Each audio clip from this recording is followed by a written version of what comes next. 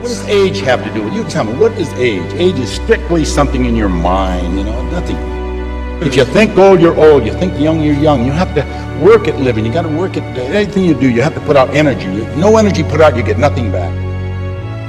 To prove to the average American that one doesn't have to become decrepit and sit in a wheelchair, that as one gets advanced, along in years, you get more calendar years, you can actually improve if one does something about it. See, I work at living. Most people work at dying. And that's my philosophy. I'm trying to get the average American to spend more energy and more time and effort in living. The number one thing in my life, my whole philosophy is exercise. I'm a great believer in use or lose. And I believe to work in this body to complete muscle failure daily. I usually at home, I'm at the gym at 4 o'clock in the morning.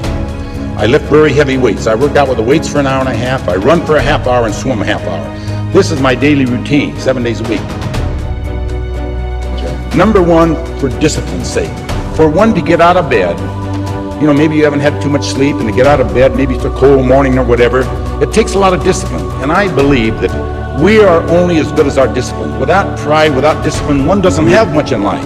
And so getting my behind out of bed at 4 o'clock in the morning when I don't feel like it, that is strengthening my discipline, believe me. If I lie to me, I'll lie to you. So the only thing that I've really got going for me is honesty, truth, and integrity, nothing else. And that's what I try to do with all the people that belong to our spas and work for our spas, to tell the people the truth. The truth is, if one doesn't exercise, if one doesn't eat properly, and if one doesn't think right, what have you got in life? As I said before, you have to work at living. And most of the people in the audience, you have dogs. Would you get your dog up in the morning and give him a cup of coffee, a cigarette, and a donut? Now that dog, the Humane Society would get you, they'd throw you in jail, and you'd kill that dog. Now see, you would be working the dog at dying. But see, that's what I'm trying to say. The average American gets up in the morning, they'll have a cigarette, a cup of coffee, and a donut, and then for lunch, maybe they'll have a couple of martinis, and they'll have a hamburger or a hot dog or some lousy junk food, and then more booze at night, more cigarettes and ice cream and cakes and pie.